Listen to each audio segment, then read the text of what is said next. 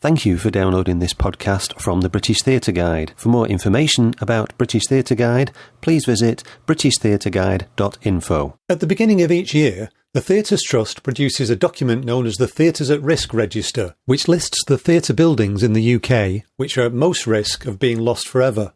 Just after the 2021 register was released, I spoke to Theatres Trust Director John Morgan about this year's list, the work of the Trust in general, and the extra help it has been given to theatres during the pandemic. But first, I asked him to explain what the Theatres Trust actually is. So we're the national advisory body for theatres, that's theatre buildings across the UK. And so our role is to promote a kind of healthy network of theatre buildings so that people can access live performance, theatre, whatever, in their local community. So that advice and help tends to be around making sure that buildings are fit for purpose, that where they need to be upgraded or developed, it's done in the right kind of way, trying to stop buildings get demolished or changed into flats, which happens rarely nowadays, but it was a big part of our work. It's still an important part of our work, but it's not as significant as it was when we first were set up. Yeah. We were set up at the time when the West End, believe it or not, was under threat, and there were plans to level Covent Garden and all sorts of kind of weird things that were being planned. That's not the case so much now, partly because of our work. You don't often see theatres being demolished, although there are one or two that are lined up for being demolished at the moment. But a kind of key part of our role is we're a consultee within the planning system. So whenever a theatre is being built or adapted or changed, or for that matter, if someone wants planning permission to demolish a theatre, the local authority have to ask us our opinion and whether we think, the changes are good or bad or whatever. And also we do it from a kind of holistic perspective. So on the team, as well as myself, we've got another advisor who's run theatre buildings like I have. But we've also got an architect, Claire, who, before she joined the Trust, probably the most famous project she worked on was the refurbishment or the redevelopment of the Royal Shakespeare Theatre in Stratford, which was quite a significant project. Yes, yeah. So she worked on that. But we also have a town planner, qualified town planner on our books, as it were, on our team. And we have a heritage advisor who can do all the kind of listed building related work. So for a lot of that work, you sort of come between the theatres themselves and the planning departments, the local council, local authorities or whatever. Is that right? That's right, yeah. We're set up to be independent, so we're not a membership body. So in that respect, this happens rarely, but sometimes we will advise against what a theatre is planning to do if we genuinely think it's not in the interests of the long-term future of that building as a theatre space. I mean, generally speaking, and increasingly, we talk to theatres before they even go to planning. Because we don't really want to be just a gatekeeper. No. We see our role as being a facilitator and a helper. So we talk a lot in advance. Most theatres now know that we're there. We can give a free advice service. We can look over their plans and tell them what we think before they even submit them. And where needed or where theatre asks for it, we'll spend a day bringing in other architects, other theatre operators, structural engineers, heritage advisors, in confidence, just to go over their plan and say, look, here are the weak bits. Here are the bits where you might want to do something different. So more and more, we don't find ourselves in conflict with theatre operators, but it can happen occasionally. Because I was very aware of this when I was at Contact and previously at other venues. We're just the custodians. Yeah. We don't own those buildings. They often belong to the local authority, but, there'll be a new artistic director or a new management in a few years' time. And we want to make sure that it's future-proof for whoever ends up running it or however it might want to operate in the future. So, we're kind of, as you say, rightly, in between the local authority and in between the venues. And with the local authorities, most town planners don't get many theatres across their desk. So when they get a theatre application, they don't necessarily know what to look out for. Yeah. So we spend a lot of time talking to the town planners, speaking at events, creating advice sheets for town planners to say, right, if you get theatre coming across your desk, this is what you should think about. These are the issues that might not be apparent when you're looking at any other kind of building. So for instance, get in and get out servicing, which, why would most people think about that when they think about theatres? But actually, if you build something next door that means that the get in is almost impossible, you can't turn a truck round, you're in trouble.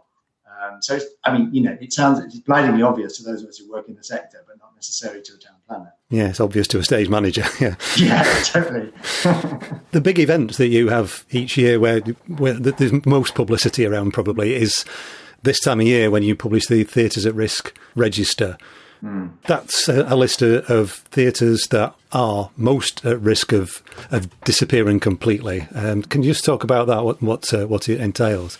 Yeah, so we've been running the Theatres at Risk register for about 15 years now, and it highlights theatre buildings which we believe have the potential to return to live performance use, but which may be lost forever, either because they're going to be demolished or because they're going to be converted into blocks of flats or commercial property of some kind. And we've had quite a lot of success over the years. Over the last 15 years, about 80 theatres that were on our list are now operating as theatres. So I suppose Wilton's Music Hall is a really obvious example, the Hoxton Hall as well, Tyne Theatre and Opera House, so there's quite a few, 80 or so that we managed to save. But we don't do that entirely on our own. And we do that usually with collaboration of the local authority, usually with help from passionate local communities who are campaigning to save their theatre. In fact, it's almost impossible for us to do very much unless there's a local campaign group. So a lot of our work is about trying to support that local campaign group with advice. They're mostly volunteers who are passionate, but not necessarily that knowledgeable around some aspects of what's required to save a building and then to get it up and running. So we try and provide help and advice around that, but also introduce them to relevant people at Historic England or the local authority, or funnily enough, recently National Trust have got engaged in some projects that we're involved in as well. Yeah, because they're heritage buildings in some ways. So that's the work. We thought, and every year we publish a list of the top 20 to 30 or so. And they tend to be on that list for three reasons. One is because they're at risk, obviously, but there are far more theatres at risk that we don't put on the list because they either aren't particularly great buildings and maybe wouldn't be such a great loss, if I'm honest, and because we don't believe that they have the potential to return to performance or community use. Because that's, although our focus is buildings, it's the purpose of the buildings that drives us. It's what are they there for? They're there for artists to be able to make work, for communities to be able to engage and see and enjoy work. It's not just for the sake of saving a building, then. No, it's not. We're not a heritage body. Yeah. So we're not sort of like the Victorian Society, who their purpose is to save Victorian buildings whenever they can, including Victorian theatres. Yeah. And likewise, the 20th Century Society. That's what their job is. Our job is to help support a theatre network that's the best it possibly can be for the sector.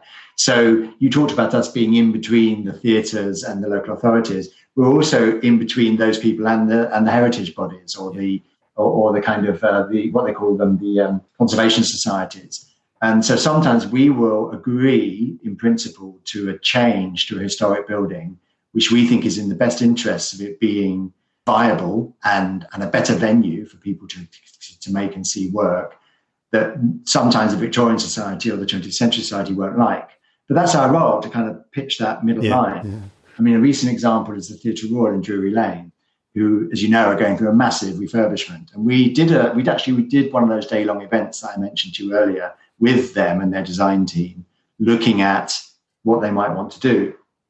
And controversially for some, they want, and they are, going to revamp the auditorium. They're going to lose the front set of boxes right near the stage, mainly because they distance the Royal Circle audience from the stage. And they're going to reshape the Royal Circle so it comes closer to the stage, which from a theatre point of view makes absolute sense. Yes. From a heritage preservation point of view, does not make sense. So we in the Victorian Society disagreed about that particular thing. We said to the local authority, we think this is a good thing to do. And in fact, that they got planning permission to do it. So that's exactly what they are doing as part of, obviously, a much bigger refurbishment. Yeah. That's a key part of it. I know what you mean about these passionate local groups. Most of them are amateur volunteer, aren't they? There are a few in this area where I am in East Manchester. One of them was very successful with Stockport Plaza that opened quite a few years ago now. They actually, I was going to mention that as one of the ones on our list. Yeah. And, that's still run by an an amateur committee, as far as I know. I used to live right near to there. The nearest one to me now, just about a mile in that direction, is one that I've only ever known as a cinema in my lifetime. That's the Hyde Theatre Royal.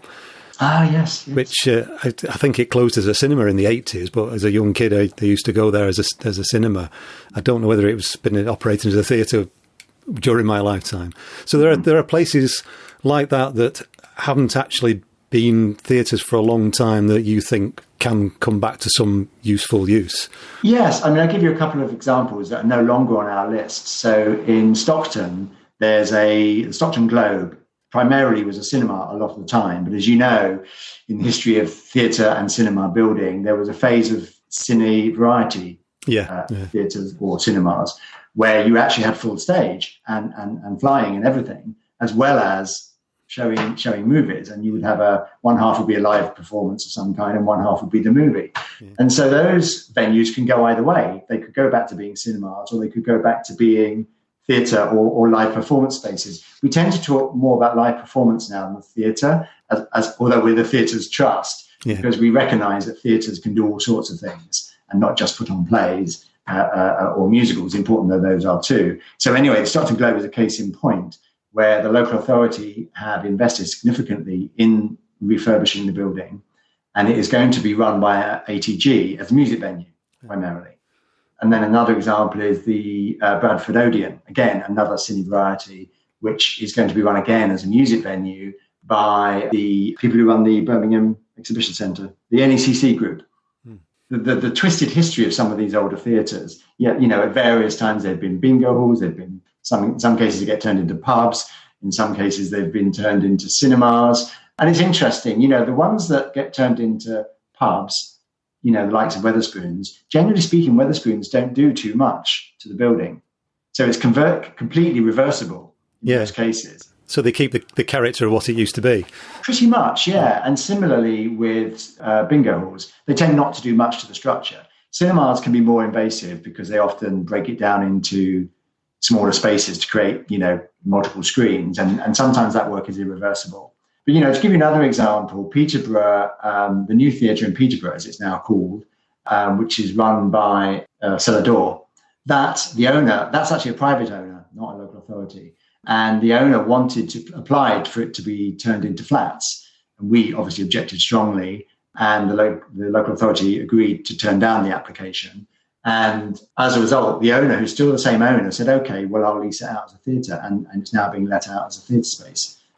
So there are enlightened owners, whether they're local authorities or whether they are private owners, who, if once they get that, they're not going to easily be able to turn it into something else, and that there is a viable future for it as a performance venue, they can be persuaded to kind of go down that road. Because the two key issues with theatres at risk is who owns it and where you're going to find the money to refurbish it. And that's why some of them take decades. With some theatres on our list have been there since 15 years ago, and may still take quite a long time, particularly now, since COVID. That's pushing everything back, of course. We still believe that when eventually the theatre sector is open again and revived, and this might take a few years, those theatres still are viable. But it's harder to make the argument right now because everything's closed. Yeah.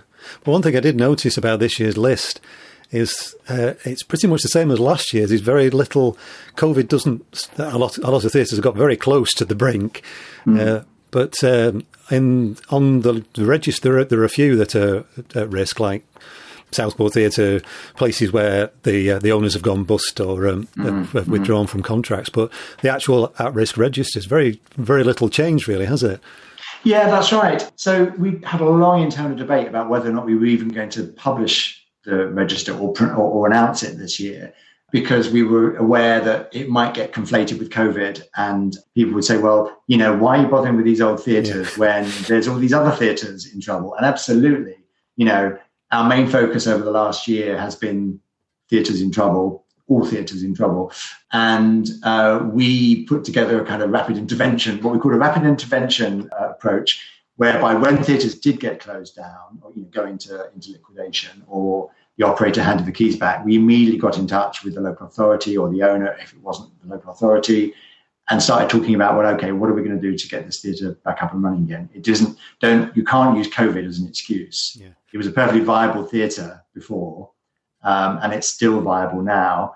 When COVID eventually passes, or we learn to live with it, more likely, that theatre can reopen. And so, as a result, two things really. One is, in most cases, the local authority or the owner are very minded to reopen the theatre. So I'm thinking of the Nuffield in Southampton, where the Mayflower is now going to take over running it, which makes loads of sense because they've already got, it's a small 400-seat theatre, or relatively small 400-seat theatre.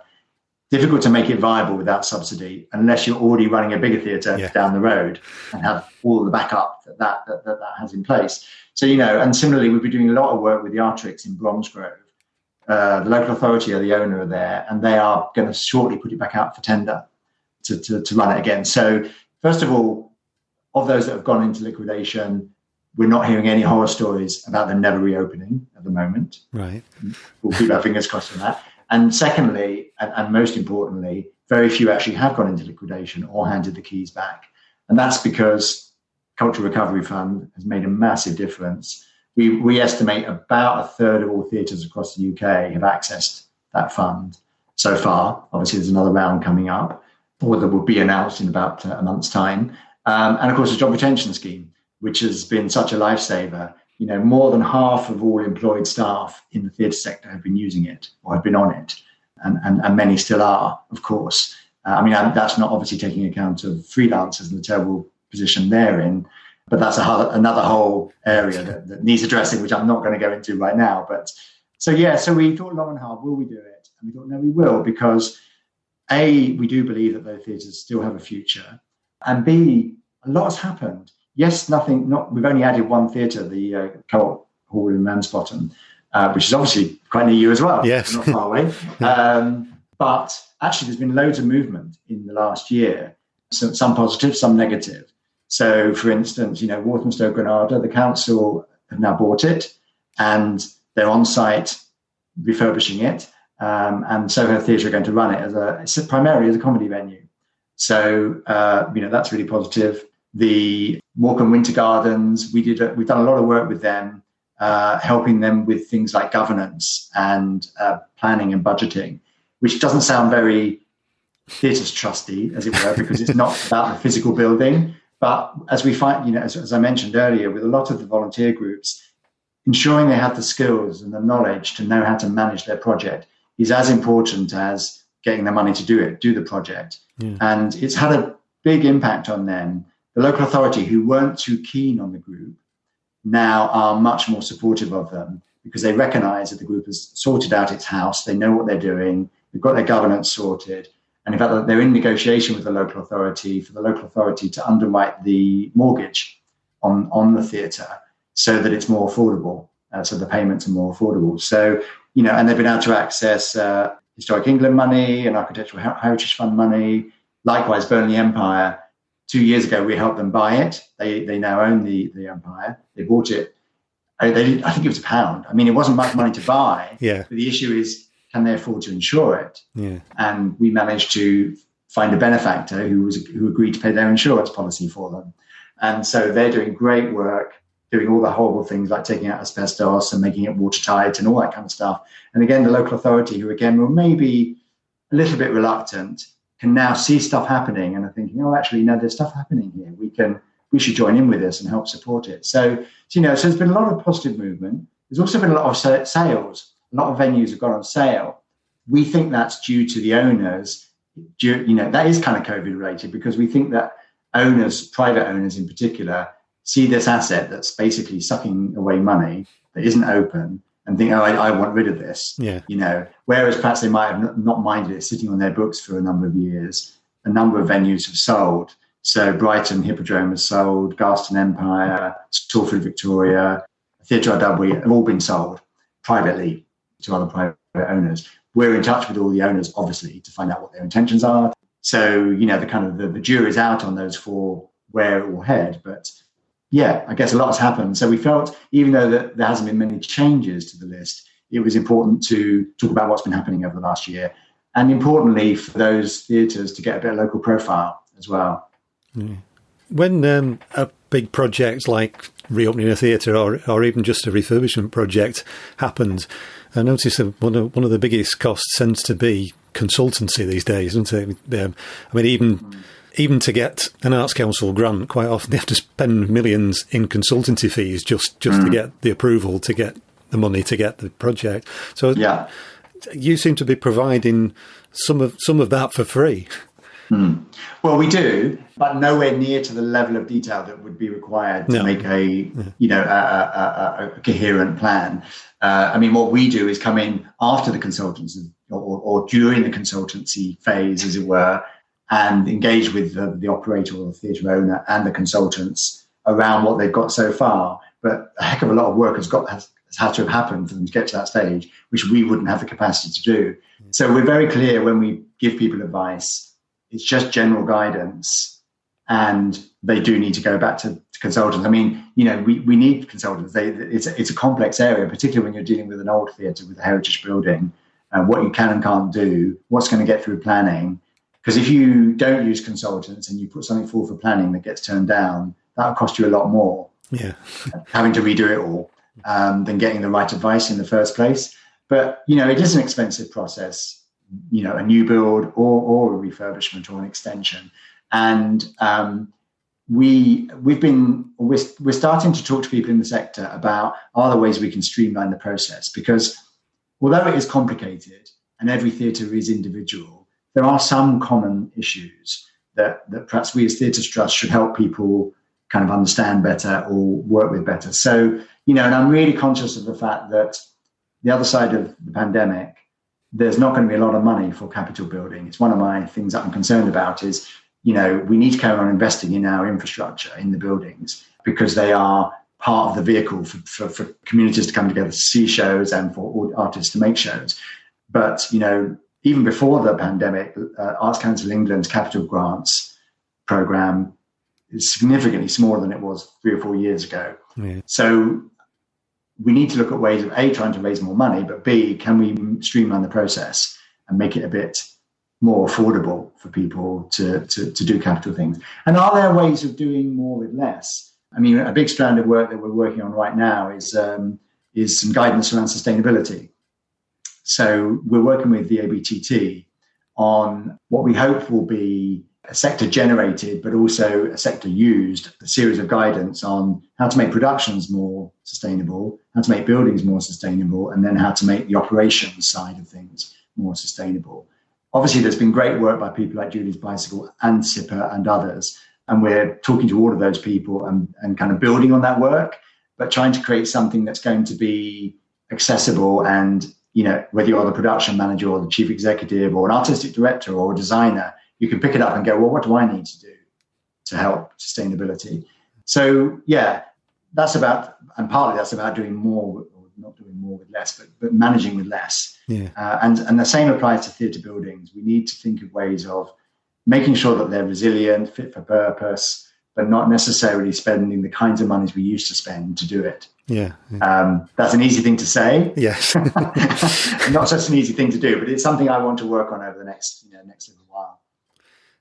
I think the one thing that the coronavirus pandemic has made very clear, which I think most of us knew already, is how different theatre is as an industry to pretty much any other industry. There are others like cinemas that are similar in many ways, but they don't have live people there interacting in the same way. Mm-hmm. And theatres have not been able to open when most other things have been able to open, even when pubs have been open.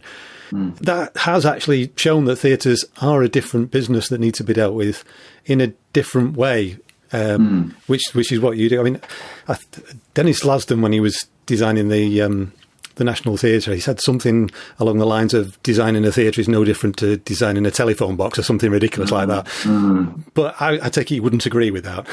No, I wouldn't agree with that. It's really, it's a really specialised area, and we come across some pretty horrific plans for theatres sometimes where it's evident that the architect doesn't really understand how theatres work.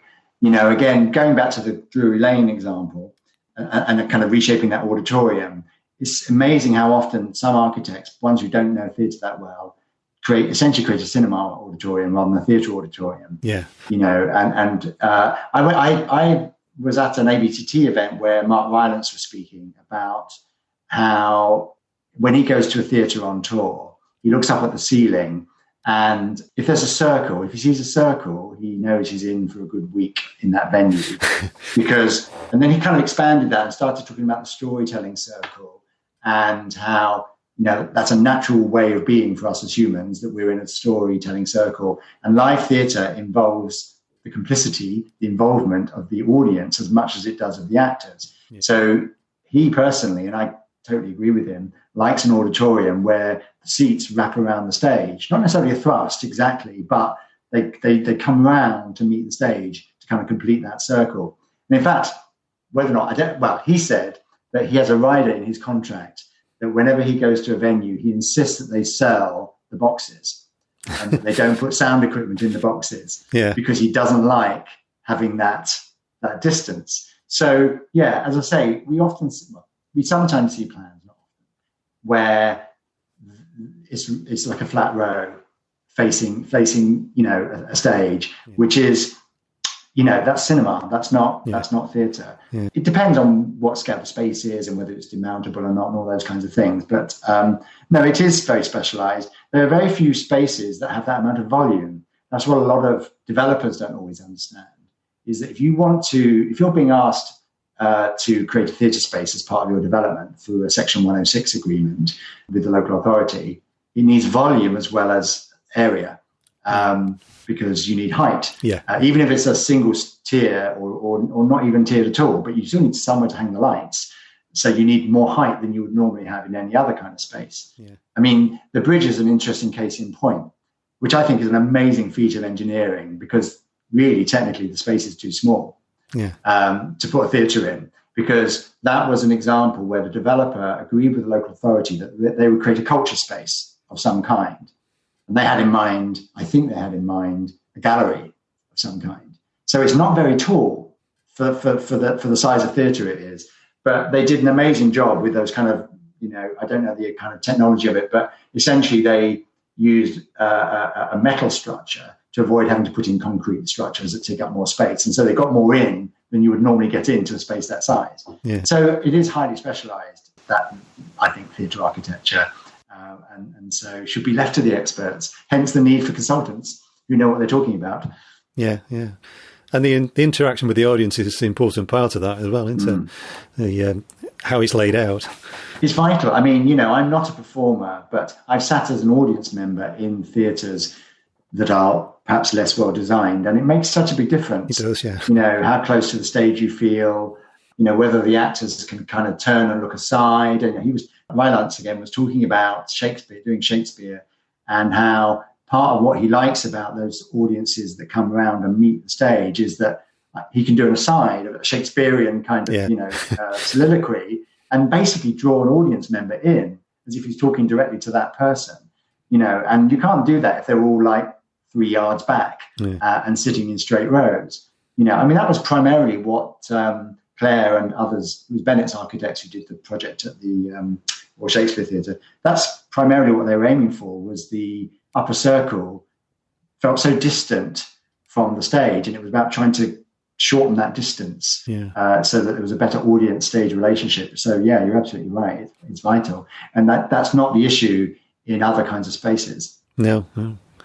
It doesn't matter how you lay. Well, I suppose it does matter how you lay things out in a shop or something like that, but it's not quite as essential. Yeah, I'm sure they have their own specialisms, which I wouldn't know anything about.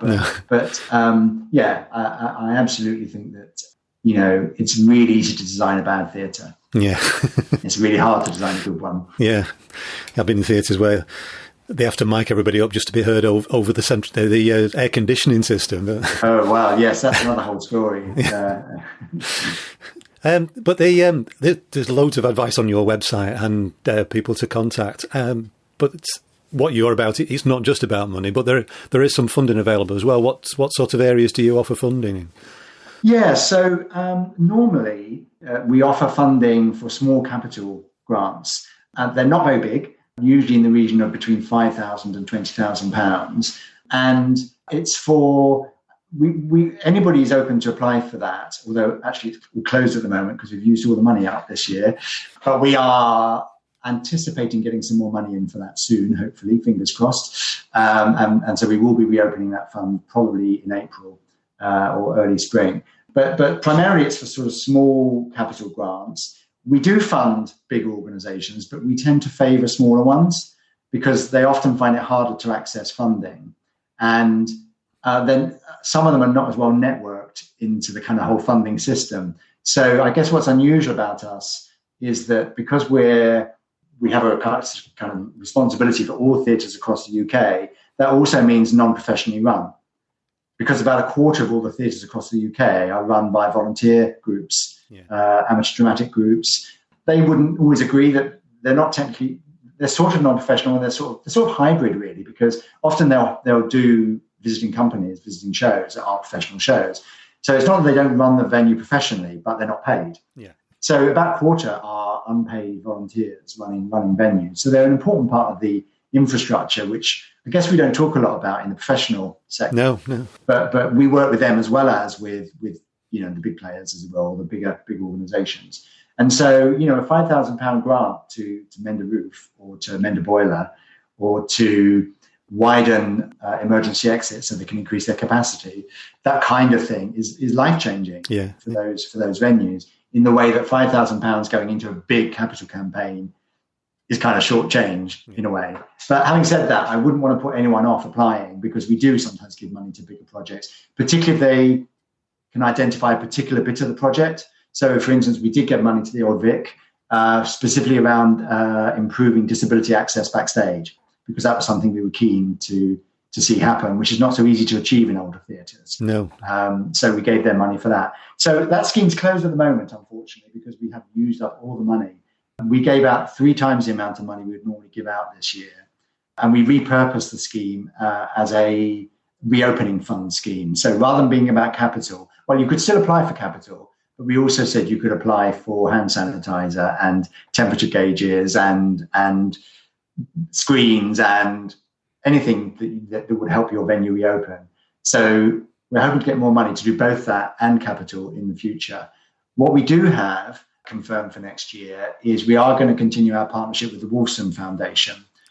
So they've been giving us money because they no longer they focus on large grants, and they decided to stop doing smaller grants. So they asked us whether we would handle smaller grants for theatres. So we basically handle a small grants program, but it's focused on sustainability.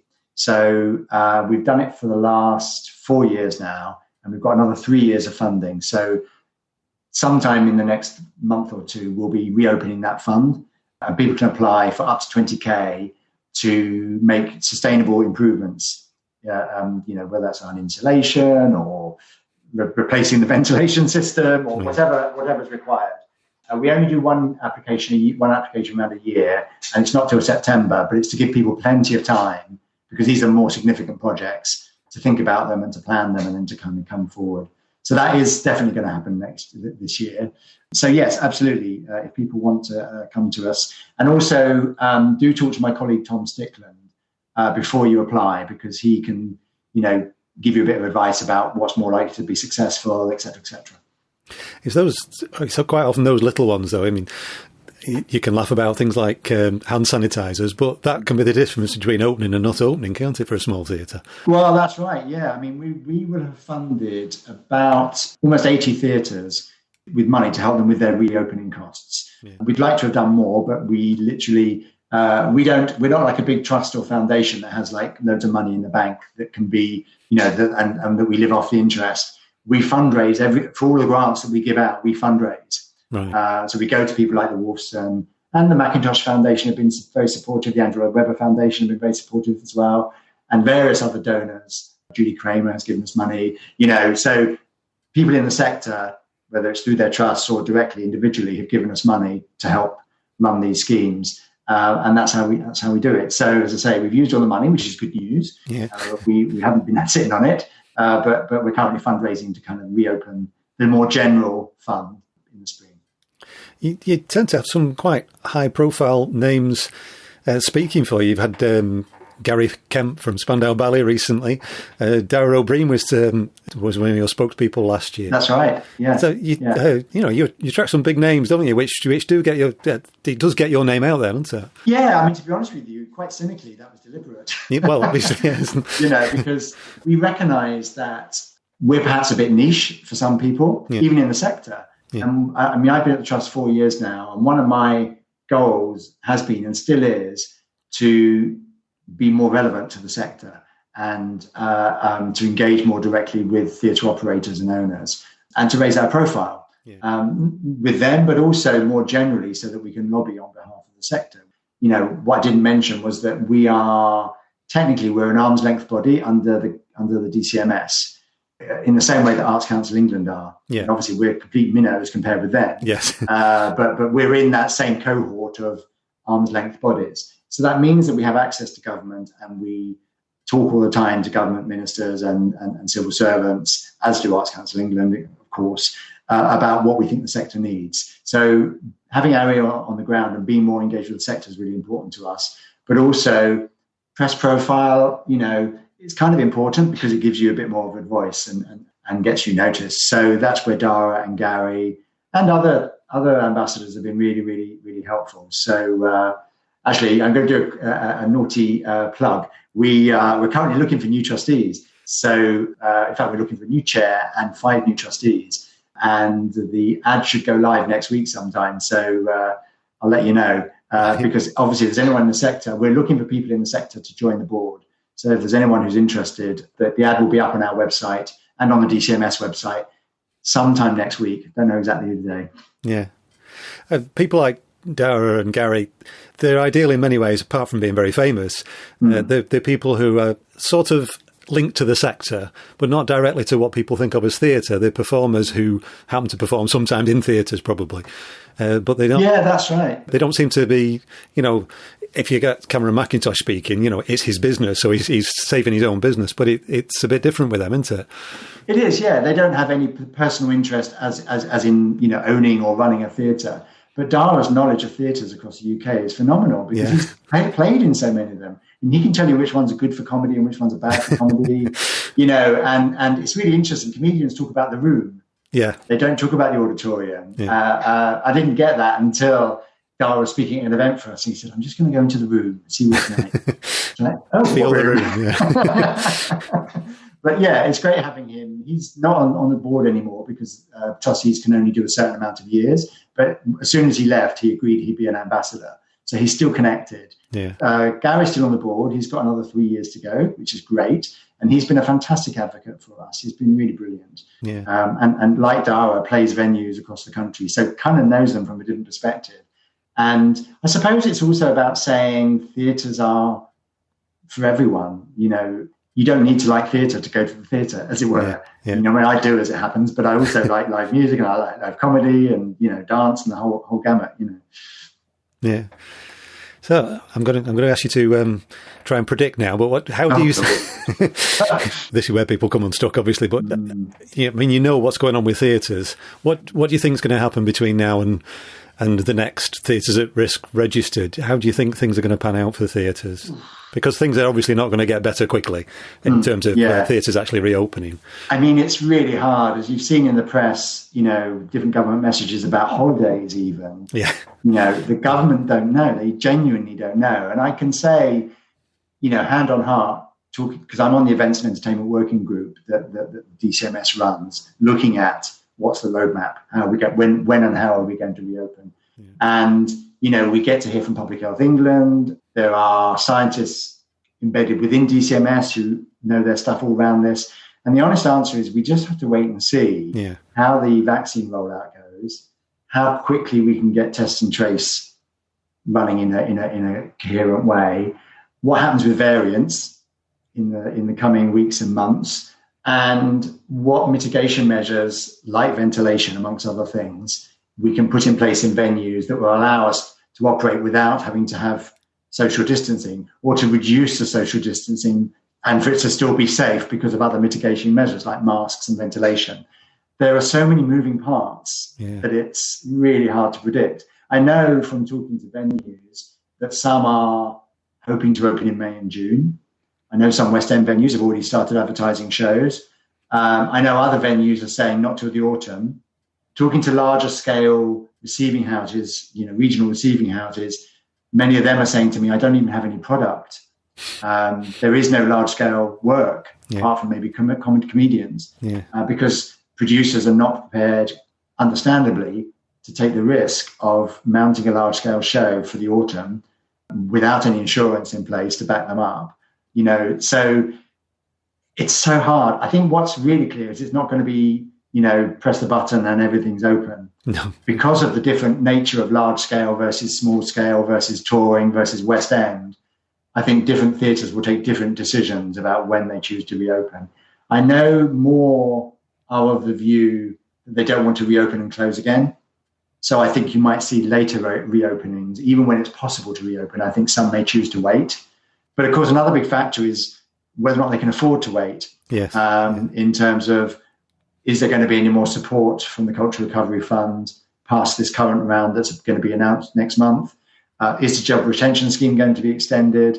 These are all questions which we hope to find out, if not on the 22nd of Feb, then on the 3rd of March when the Chancellor does his budget. So it's really, I just don't want to predict because, it could be, and the other thing as well that's unpredictable is, we understand from the scientists that things may look better in the summer, but we might need to do more social distancing back again in the winter. Yeah. So I don't want to sound like a harbinger of doom, but it's really too early to say exactly what it's going to look like. And it's really hard. I really feel for people running theatres and running production companies because I don't know how they can plan. Well, they can't. They can't really plan. No. Are you seeing different problems coming in, or do you see different problems that might be about to come in the longer this goes on? Is the nature of the problems that they're facing changing? Interesting, yeah. I think the nature of the problem is essentially the same. It's theatres can't operate with 30 to 40% capacity, which is what you have to do if you're going to operate with full, strict social distancing. Until and unless we can find a way of operating either with no social distancing at all, or a version of social distancing that allows you to go down to 1 meter or even slightly less than 1 meter. Various clever people than me have been doing models on if you take it down to 1 seat between each person, but no gaps between rows, then you can get to 60 or 70%, which is just about viable. But we're a long way off that. So I think that essential problem stays the same. Longer term, I think we may see more theatres closing after COVID or when we're in the kind of COVID recovery period than we have prior, partly because of the job retention scheme and because of the Cultural Recovery Fund, but also because many theatres generally don't have a lot of cash behind them anyway. No. We did some research early on last summer. We looked at Charity Commission data because roughly half of all theatres are run by charities. And about nearly 2/3 of them had less than 3 months of reserves. That going into the crisis before it even happened. So we don't have figures for this year because a lot of them are not operating at full capacity, obviously, and a lot of them haven't filed their accounts this year for obvious reasons. So we don't know where they are now, but I'm pretty confident in saying, or I'm confident rather, that people's reserves will be even lower. So theatres are going to be quite fragile for probably years to come. And any other kind of blows, could send a few over the edge, I think. So I'm worried about that. I'm worried about undercapitalization. I saw an article on your website about will people take less risks? And I think that is a concern that people will feel they can't afford to. They can't afford to kind of do a show that's a loss leader because they can't afford to make a loss. So, what does that mean for kind of more innovative work? What does that mean for work that's kind of aimed at a particular community? I don't know. It's so hard to predict, but I just think it's going to be, even into 2022 and beyond, it's going to be quite a rocky road, I think. And probably there'll be more need for an organisation like Theatres Trust to help them through it. Yeah, one of the ideas that we've got on the back burner at the moment, we talked to DCMS about it last year, but as I said, because so few theatres actually did go bust, we haven't felt the need to revive it. But we have in mind the idea of what we call a safe haven vehicle, which would take on temporary leases of theatres that go bust. mainly to buy them time. Yeah. Because it will take time for the sector to recover and for new operators to come forward, because confidence is low, resources are low. I don't know. I mean, we may have to revive that idea at some point in the future, the idea that we or some other body takes on the leases of some theatres to kind of just make sure that they don't get lost. I mean, one thing we did manage to achieve, I should have mentioned this earlier, is because we have a planning role as well as a culture role, and so we're in touch with NCHLG, Housing and Communities, as well as with DCMS, we were able to persuade the Housing Minister to make some changes to planning law. So you can no longer demolish. So up until recently, you were able to demolish a theatre that wasn't listed without planning permission. You didn't have to go through full planning. Now you have to. As of December, they changed the law. So now you can't demolish any theatre unless you've got full planning permission, which means we get asked our opinion. Whereas before it was kind of happening under the radar. It's not like it is a game changer actually, because it was survived beyond COVID. So it means that it's easier to protect theatres that do fall empty because of COVID, because it will take longer and it'll be harder to get permission to demolish them or turn them into flats. In the meantime, we do what we can to try and make sure somebody comes forward to operate it, to run it. That was John Morgan, Director of the Theatres Trust.